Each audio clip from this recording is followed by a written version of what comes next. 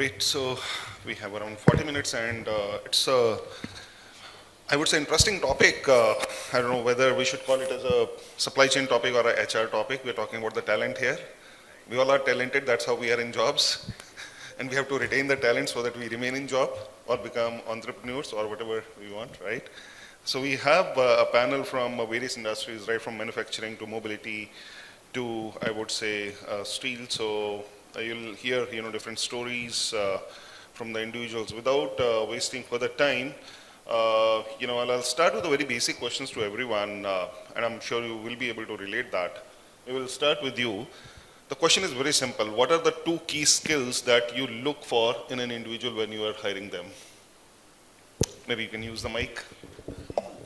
Hi, good morning, everyone, and thanks to Business World to invite me. It's a topic which is very close to my heart. As business leaders, we have to manage our people, which is actually OPEX in the P&L, but they are the biggest investments. Actually, financially we call it OPEX, but the salary we pay or the investment in training, etc., we do, you are actually creating the value through those people. So talent management is extremely crucial, especially in the area of supply chain. Two things you asked me what I look for when I have people in supply chain. I think attitude over pedigree. Attitude means ability to learn, ability to take challenges. So pedigrees are important because they give foundational skills, but eventually attitude wins. So any day I will have a great teamwork with mediocre people versus fantastic set of people with very poor teamwork in a function like supply chain. And secondly, ability to innovate and be curious and creative. So that's the intrinsic side of the person whom I would like to hire, that how curious and inquisitive and innovative the person or the creative the person is. Given the challenge in today's world and the way the supply chain will expand in future, these are the two skills. Thanks. Manuj, what do you, maybe very quickly, two skills? See, first of all, thanks Business World for having such a great deliberations. Wonderful to see that supply chain now summits happening quite frequently, and I would without any ambiguity and kind of any confusion, I would say this more relevant post-COVID scenario. Now the supply chain team started occupying the chairs, the leadership chairs or the chairs of CEOs, because they also realize that how important is the supply chain. See, I would say that though there is a kind of paradigm shift which has happened for last couple of years, more particularly post-COVID, and it did not stop there. It did not stop there after COVID. COVID is a kind of monster which approached us, without any kind of design, any kind of, thinking. It suddenly came. We woke up and we understood that the whole world is, shut down, and it has to be revived from the scratch with some, kind of very strategic and holistic approach, which has to be followed. So I'm looking on it before I answer this. So I would say the kind of disruption which is taking place in the entire ecosystem around us, be it a geopolitical which is happening, whether it's a kind of, the price escalation, every day we find, whether it's a Ukraine, Russia, it's a Israel, it's a Iran jumping in between. So I think it has to be seen now as a kind of continuous evolving feature, and it's not like kind of a one thing, okay, we have set forward. So having said this kind of background, so I am now coming back to the thought that I feel that too important, in my opinion, and which I have experienced by virtue of my working in one of the largest two-wheeler industries, working of close to 12 years. Of course, now I have changed gears from internal combustion engine to EV. First is the readiness for the business continuity process. BCP process is very, very important. I think we need to be little bit, I was very happy to see that there was a kind of discussion happening on timeline consistency, the optimization, cost down. These are the very basic hygiene which we used to discuss as a kind of skill set or the Saksham competencies. But now the business continuity process, it has to occupy the top on the Pareto, along with the kind of, I would say, in terms of the business acumen. So I personally feel that these two are the quite important, but not limited to this. So had you given me a choice, I would have, told some more things, but I feel these two are very important. Makes Yeah, sense, Manuj. thank you. Praveen, over to you. Yeah. Thank you and good afternoon, good morning, sorry, to everyone. Again, thanks to the organizers to arrange this kind of event and calling supply chain leaders. Coming to the question, I can feel at the start that time is a factor to taken care. So the thing which I prefer while choosing a candidate is the adaptability to the change, because supply chain is now very dynamic, and if someone is coming from a top company, top group, and he has groomed in a culture, and definitely when he shifts to a company, he is talented, that's why he is chosen, he has been given a chance. But adaptability to change, if is not there, then anybody can be a failure, we can say, or not able to meet the deliverables he is being given to. So adaptability to change is one thing which I recommend most to be seen. Sure, thanks. Atul? So, good morning, everybody. Thank you, Business Bird. For me, retaining the talent is the big challenge today. So, kind of the startup and the e-com business, the different kind of the business are coming. So, typical, the Nestle kind of company, which is FMCG. So, retaining the talent is big challenge for us too. What is the value creation we can do for our talent can ensure they look at the bigger future in the company. So that we look for to make them understand what is the value creation will be created for them. The value creation is created by them for the company. That is how we look at further to retain that talent. Great. Abhishu? Good morning, everyone. It's good to be here. So the two characteristics that I look for talent hiring, especially, one is the attitude in terms of being available 24/7, because we are in supply chain, and let's not forget that. That is primarily our job, to be available 24/7. And secondly, the inclination towards tech, because very recently we created a digital cell in supply chain, and I was entrusted with the responsibility of hiring people for that cell. So my second focus was how comfortable people are towards tech, and how do you solve problems towards tech. So that's a key characteristic for me as well. Thank you. Great. Thanks. So while, different folks spoke about the skill set, one thing that you might have realized, we love talking, right? So I don't know why that is not a skill, right? Anyway, so the reason I asked this, I just wanted to talk about, how the story of procurement, sourcing, supply chain has changed over the years, right? If you look at scenarios till maybe 1980s or so, right? It was more of an admin function, right?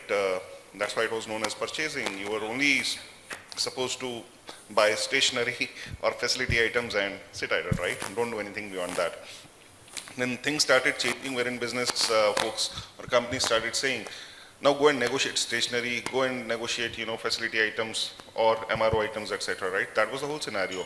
Suddenly in 2000, I would say, things started changing wherein the strategic sourcing came into picture. If we purely talk about, the function wherein it was more of, why don't you build a strategy? How should we look at our spend or, our supply chain or even logistics, right? So that was the story. 2010, it became category management or commodity management. So, all these words came in there. And 2020 onwards, everyone is talking about value management, right? Ask a supply chain person, what do you do? Or how should we title you? They say, I'm a value manager or a managed value, right? And everything is linked to the talent, right? It's not just that, the profession has changed. Just because, the people who actually have been, running this function, running this domain, they also started becoming, better, smart. I would say they started getting more exposure, and that's where you will see, more and more conferences are happening. This subject is being spoken everywhere, right? So that's, I would say the base on which I wanted this discussion to happen. A fact I would like to share is, again, this is not I would say, a hard number, but what has come out that procurement generally is not the first job that people want to land into. Today's scenario might be different. think of yourself, first job, was that by choice or that was just an offer you got and you got into it and you are still living with it, right? So they still say that around 70% of, the procurement people, they landed up in the job accidentally, right? So with that, I'll move to some questions, so one of the thing I would like to understand from, a couple of folks here is when we talk about the function supply chain, we do see talent gaps, because we work with people. So I'd like to hear maybe Vivek, starting with you, what are the gaps you see today which the supply chain people lack? I think supply chain, the biggest talent gap, or rather I would say skill, and I think the organization should try to train people, is that supply chain is a chain.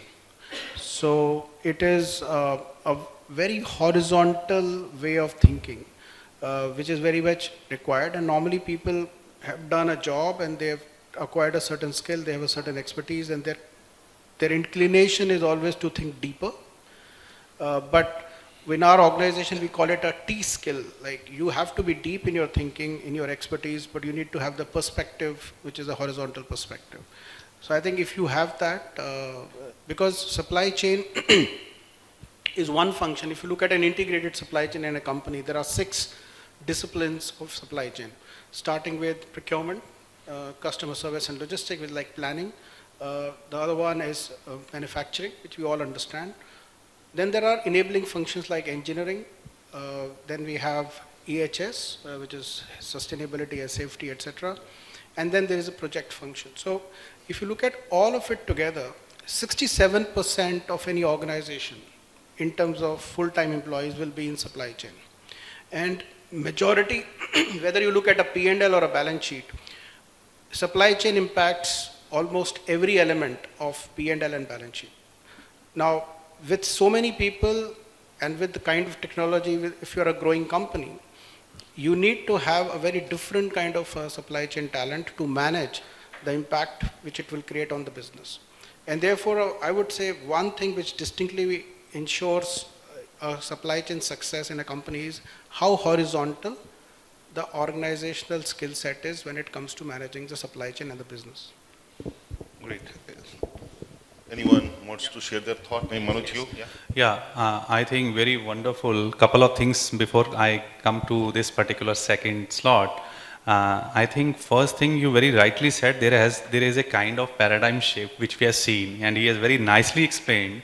Earlier it used to be the kind of support function, and within support people used to say is a chaser sort of follow-up job. I think, now I have close to 24 plus years of experience, and I could easily relate when you explained the kind of, what it used to be in 90s. And secondly, let me tell you, I was the only guy who asked, I want to join, because when I was picked up through campus recruitment in Mahindra Savraj.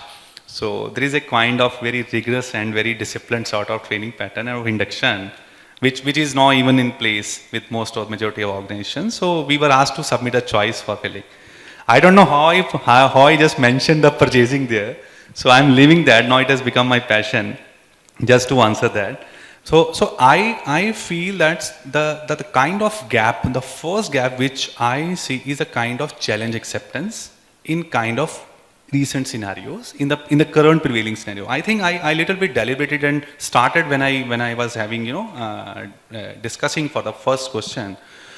I see the kind of challenge. When I say challenge acceptance, I think one of my co-panelists also quoted 24/7. Of course, it's a kind of requirement, because once we are into this function, into supply chain, it comes with our package, because you are into, coordinating, you are dealing with dealers and with suppliers, and you have, of course, your manufacturing facilities for which you are also answerable to maintain continuity of the production.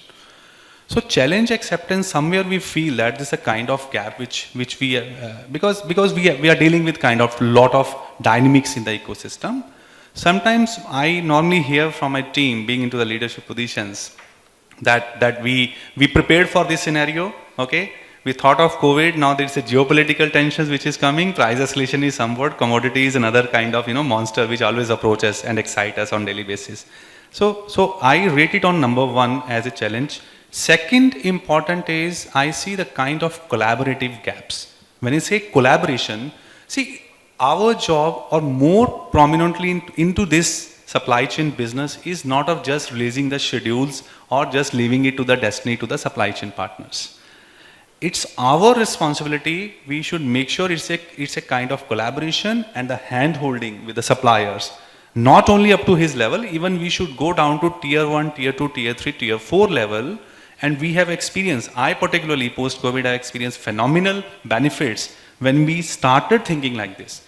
So earlier, one of my guys used to say that was, we have already given schedule, we have given in the kind of timelines, day-wise breakup, everything, all the kind of outlook.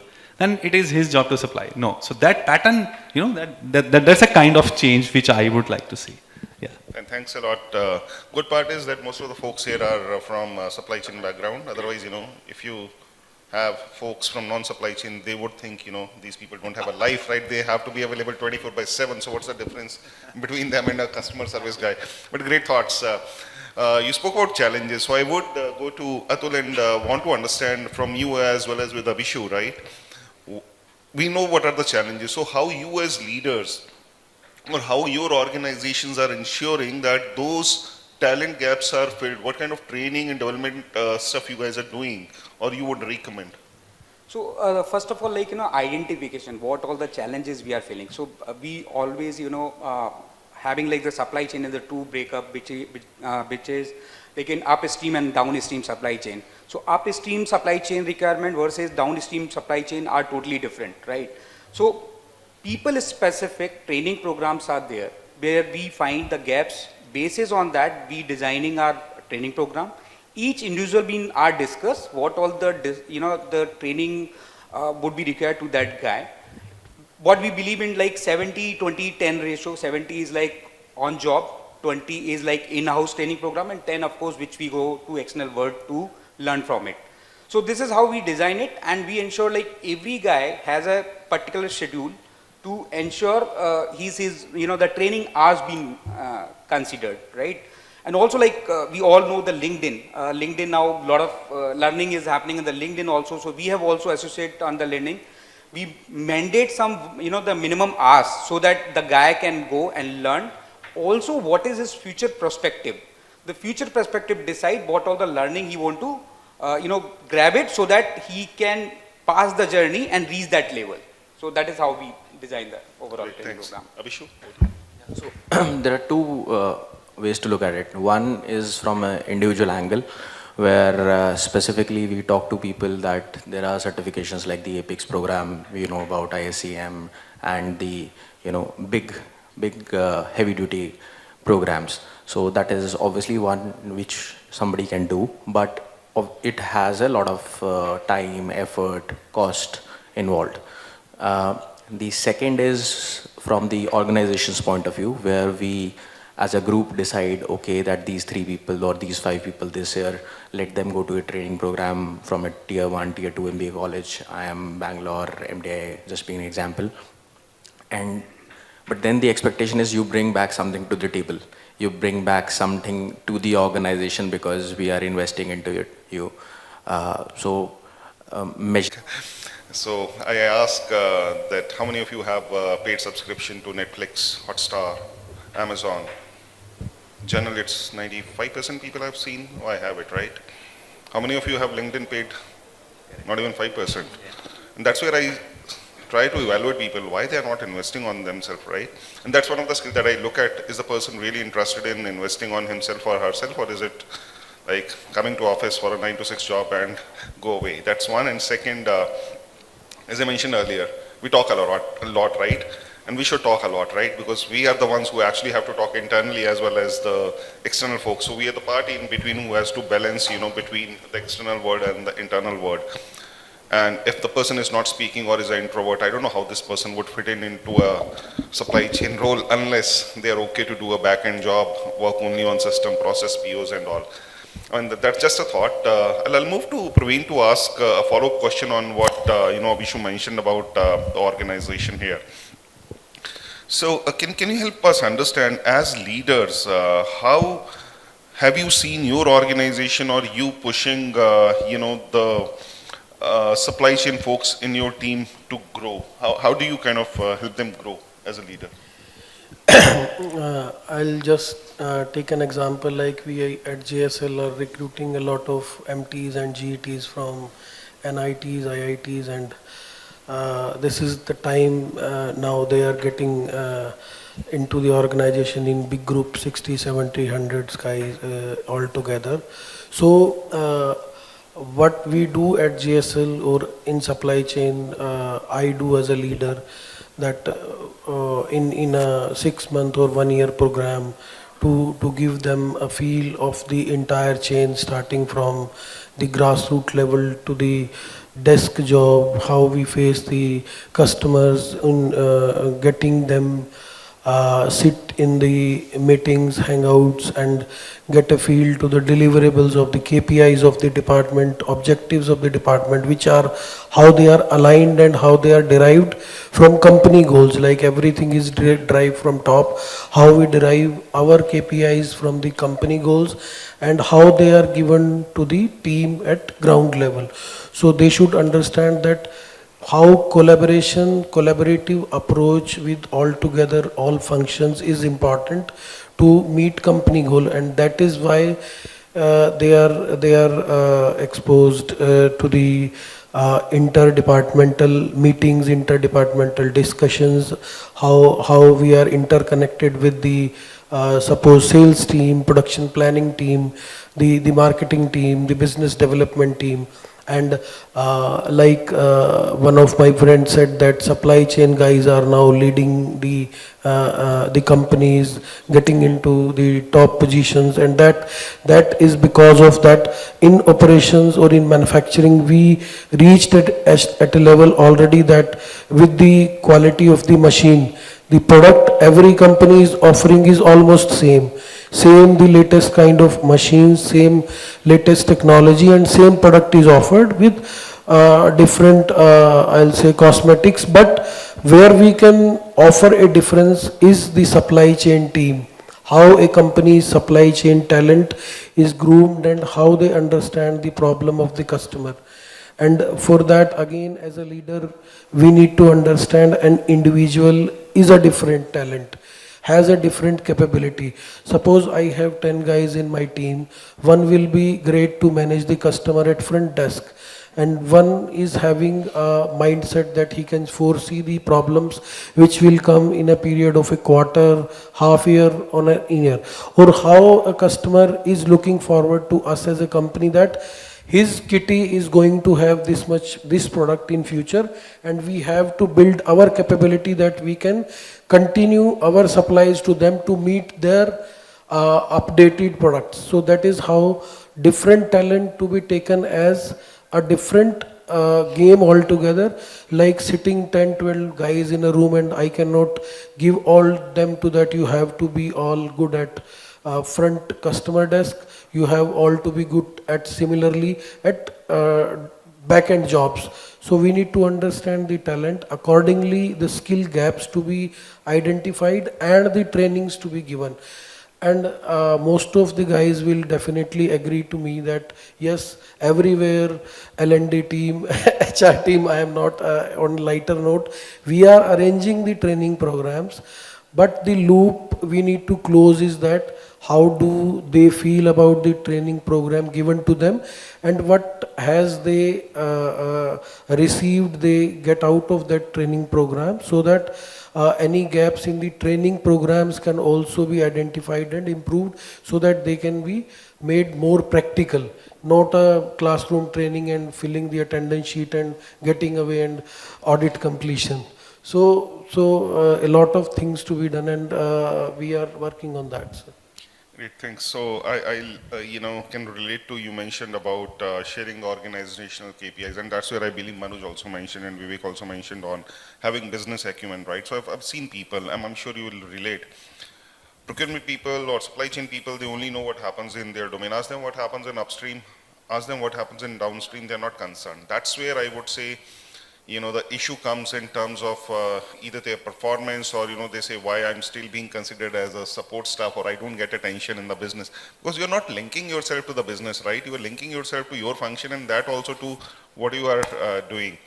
So my next question is based on that, with, the pace at which the technology is changing, and especially AI, Gen AI, it is yet to complete 2 years, I would say, as such, wherein the first time the GPT word came in, that came, I think, on 29th of November 2022, if I remember the date correctly. Yet to complete 2 years, but it's a household name, right? People are worried what will happen to the job, right? Before I share my view, would like to hear from Vivek and Manuj. How are you making yourself and your team ready on what is changing? Is there really a threat, or is it like hoax kind of a thing, right? Yeah, I think very interesting. I mean, the more we are, progressing, so it's a resonating with the day to day. See, the main emphasis is all of us. I mean, we must understand, deliberate. What's the kind of scenario we are into, right? It's not only in terms of, be or discussing something which is, so the only point, first of all, I largely advocate wherever I, go for as a speaker panelist or discussions. I say that first of all, isolation, if any supply chain guy, if he works in isolation, in silos, that's the major detrimental to the kind of, supply chain works. First of all, it's only a relation which I am saying before I come back to the questions. Because it's a connected sort of thing. In supply chain, you have to have a collaboration and very close knitted networking with your manufacturing location and then your supply chain partners. Like I used to handle for close to 400 supply chain partners, and I largely advocate. I always try to figure it out that until unless you treat them as their manufacturing locations, the way you say that okay, my organization is the manufacturing location. Suppose I was in Hero MotoCorp earlier. You have to maintain and ensure that your 400 supply chain partners are your families only. It's your manufacturing locations. The kind of ownership, if you look upon, I think in the beginning of this session, there's a wonderful kind of keynote speaker. He also emphasized the kind of importance that it has to be dealt in terms of the business manager, right? And we all will agree, and I just quoted that. Now, the kind of scenario which came accidentally or whatever, it was very fruitful for supply chain guy. All the board members started realizing that this is the guy who should occupy the chair into the, the kind of boardroom, which was not earlier, if I'm not mistaken. I think all of us would agree. It has happened because primarily, see, not only we contribute to 70 to 75% of the material cost, we are handling the complexities. We are the, the kind of link where buck stops at us in the supply chain. All guys start looking at whether it's inefficiency in the planning, S&OP meetings not happening, manufacturing, any delays, plan changes. So all we look at us in terms of that. So I would say the two things in terms of technological embedding, I would say that first of all, the very useful the kind of, I would quote it here because we have started doing it for last post-COVID prominently, and when we realize that the story of disruption is not ending, it's everyday scenario. So I would largely advocate in terms of creating your control chain, at least supply chain network tower, something. I think it's not of only sort of fancy word going for it. Believe me, for the sanctity of this firm, I am not disclosing the names, but we have already started doing that by taking help of some of our partners. The objective of this will be, like he rightly mentioned, that this kind of, whether it's AI, whether it's ML.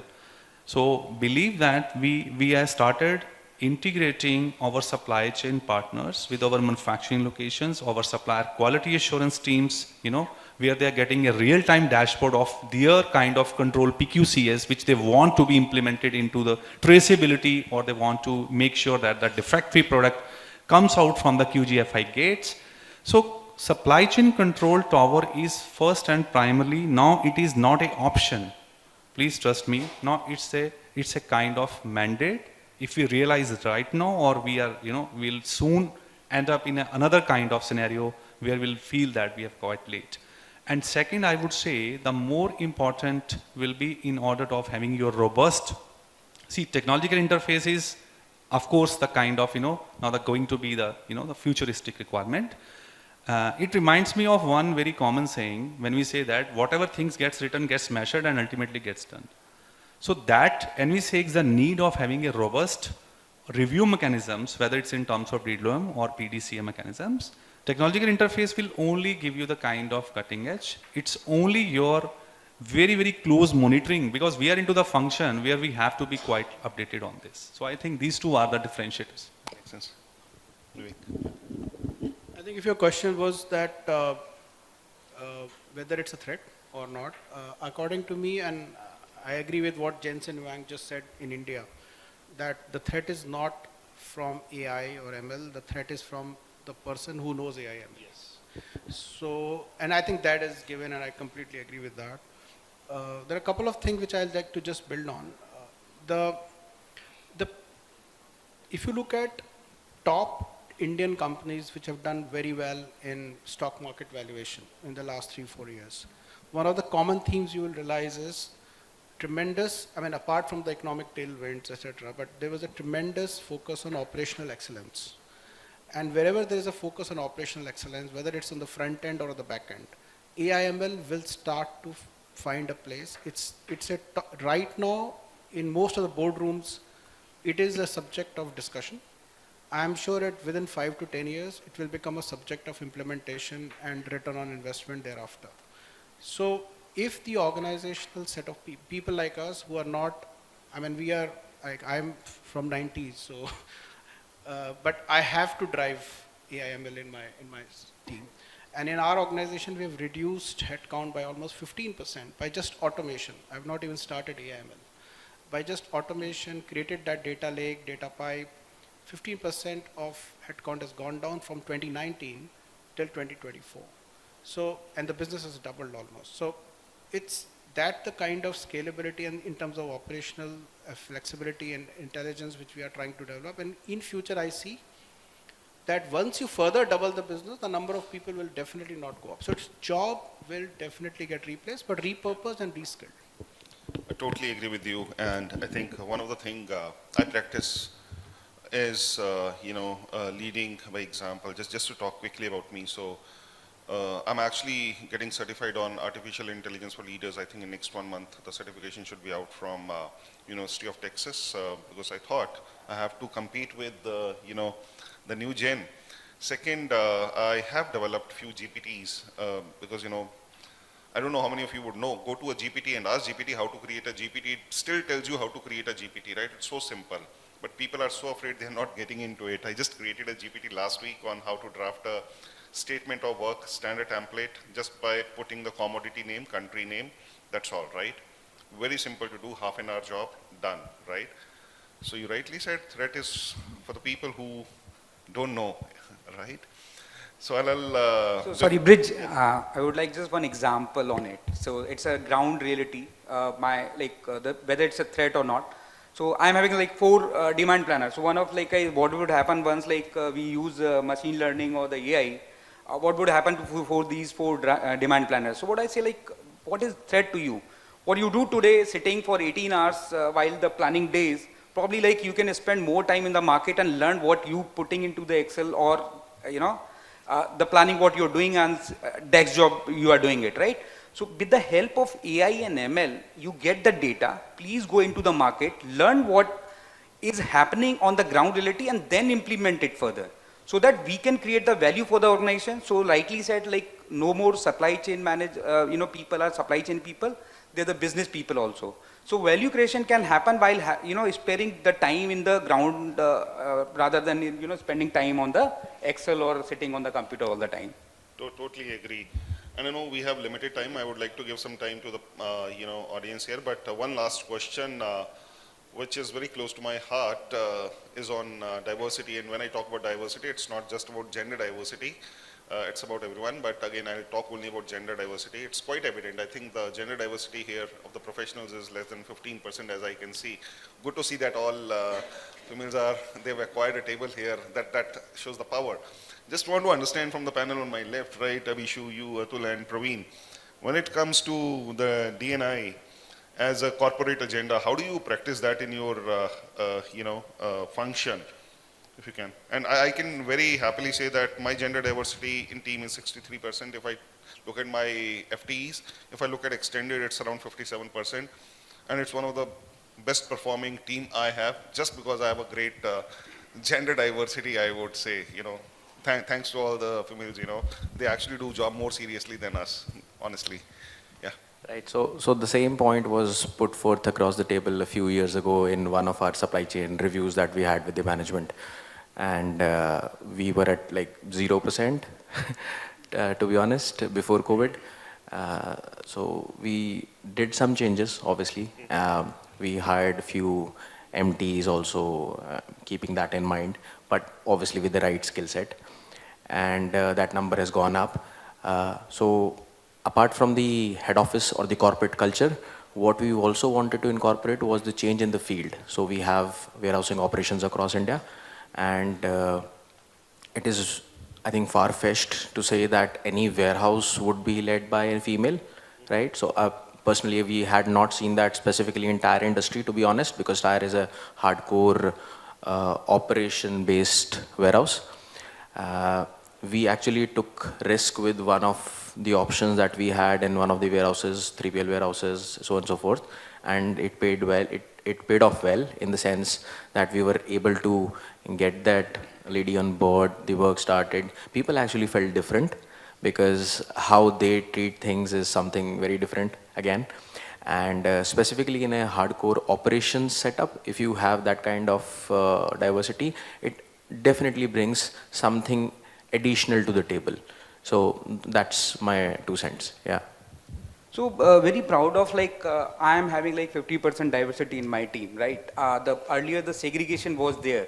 So mostly like the women being seen in the, either the demand planning, the supply planning side. Now we look at the women's are, greatly involving in the physical logistics as well also, which was not like my regional logistic manager, a lady. So I don't mind to be like, she travel a lot. She go any wide field also to be create that capability and the creation. So that is what we're looking like today. There's no point to be discussing whether it's like female or male. The capability should be there. Enough opportunities are there to be grab it. We are absolutely open, and we are like, and an organization point of view, we are at 25 to 30%. Of course, we're looking much more to get these numbers. Praveen, final thoughts? Yeah, we'll be at a number of 10-15% max, but at Jindal Group, what I can say, or the change we are seeing as a leader, that we have complexes like a complex in Karnataka, Bellary, where the entire CRM complex is managed by the women team only, starting from the hardcore operations, which we have never seen, like operating the cranes, EOT cranes they are doing, 40 tons, 80 tons, 100 tons of the cargo they are managing. So the gender diversity is, I don't find is a topic right now, because we from last 20-30 years in India or throughout the globe, the education, the women education empowerment, and it is the result of that only that right now they are one step ahead, because they are more serious, like sir said, and they are giving equal results or better than that, and the new ideas when they sit on the table, because this field is dominated by men from last 50-70 years, all fields, like I say, supply chain not only. And now when women are sitting on that table and giving different perspective to the same problem, then things can be seen totally in a different way. So that is why the solutions are different, and we are reaching to different horizons. So we feel as leaders good to be women in team, and the numbers are increasing day by day. Great, thanks. So, though we restricted it to gender diversity again in response, but again, that is one type of diversity, right? Before I end, I would say again, diversity is very, very important for me also. And I look at from the industry perspective also. 8 people were reporting to me. All 8 are from different industries. So that brings the intelligence also, and best practices. What they have learned, and that's what we are trying to put in our processes. And amazingly working very, very well. And very happily in some of the HR forums I go and say, and you'll be surprised why I go to HR forums. By mistake someone once invited me, and I don't know why my name has been appearing now. And I go and tell them, I said, I haven't seen a single iteration in my team for 8 years, right? Just because it's a diverse organization, everyone is empowered, everyone feels, they're learning. So that's the power of diversity. You get better impact. Great. So I think it was a great discussion, though we had limited time. We could not touch on everything, but would like to open it to the floor to ask questions, and if it's directed to a particular person, please do that. Maybe a couple of questions. Yes, sir, please. Can you give mic to him? Or we can hear you in case you are loud.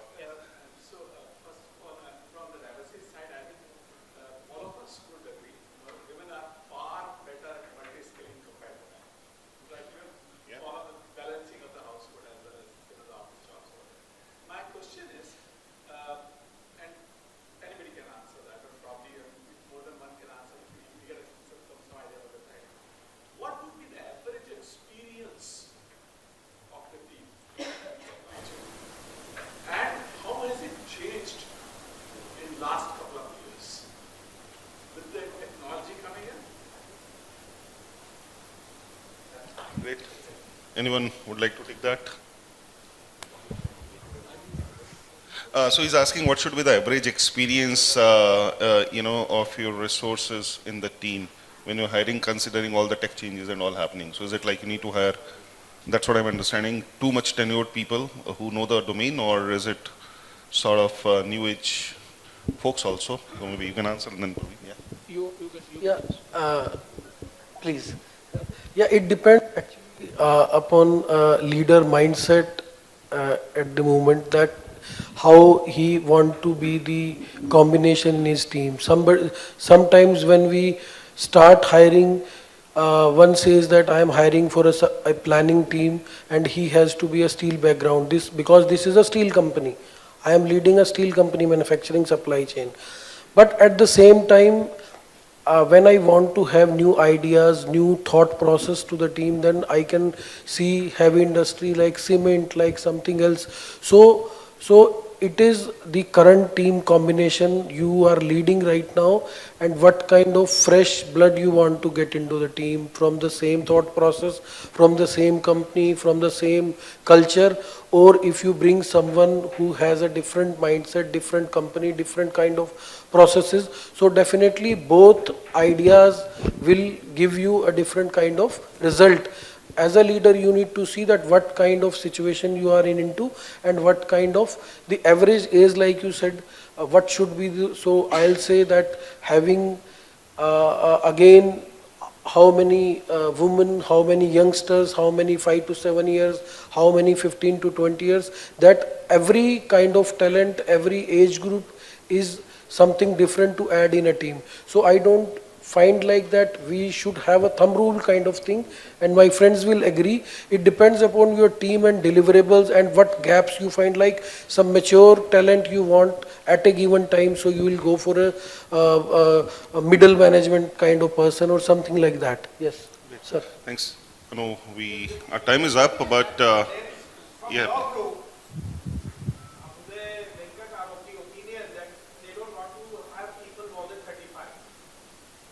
Yeah. Actually, this is a transformation. Not only Abhishu or Venkatji, it is a change. It is a change. It is a transformation throughout the industry. We can see right now that after a certain age, after a certain level, they want that yes, this position has to be given to a young person, and this person will work together, or as will be in a mentor role. So we are investing on youngsters right now and pushing them just to bring out the energy, the new ideas, because a person, I am not saying that with age you are getting out of the race or something like that, but definitely giving youngsters a chance to be with you will definitely giving new ideas, because they came out from a different process. I'll say education process also, the kind of practicals in our organization, institutions like IITs and NITs, their syllabus, their kind of education process, everything is changing, and a new kind of talent is coming out, and at the same time they need to be given chance. So that is what is the thought process from the apex level in all organizations. not only steel. Yeah, Right, please. thanks. So I think it's a mix of, my personal opinion, it's a mix of multiple factors, right? You can't restrict it to average age because again, when you do a hiring, you will be asked what's the budget, what's the level. So you start working on those things, right? And that defines experience. You can't hire a manager with zero experience in most of the companies, right? Because they will say for us, manager is a journey. So there are a lot of HR factors, there are salary factors, there are budget factors based on that. So no right, I would say average would work. Different people have different ways of working. So yeah, very, very open-ended thing I would say, but yeah. With that, I think we'll have to wrap this up because the time is up. We are here for a few hours, so we can catch up and answer any further questions that you might have. And again, thanks for the wonderful insights, everyone. Thanks a lot. Yeah.